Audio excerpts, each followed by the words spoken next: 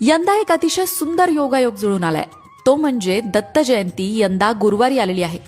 गुरुवार हा दत्तगुरूंचा वार असतो हे सगळ्यांनाच माहितीये आणि दत्त जयंती यंदा गुरुवारीच आल्यामुळे या दिवसाचं महत्त्व अधिकच वाढलंय असं म्हणायला हरकत नाही. म्हणूनच एक इच्छापूर्तीचा उपाय या दत्त जयंतीपासून तुम्ही सुरू करू शकता. काय करायचंय? दत्त जयंती आलेली आहे गुरुवारी 4 डिसेंबरला.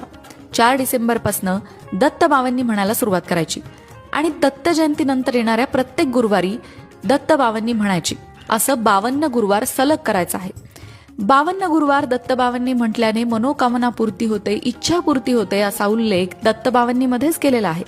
म्हणूनच यंदाच्या या दत्त जयंतीपासून जर तुम्ही दत्त बावन्नी म्हणण्याचा संकल्प केला आणि 52 गुरुवार तो संकल्प पूर्ण केलात तर तुमची इच्छा पूर्ण झालीच म्हणून समजा.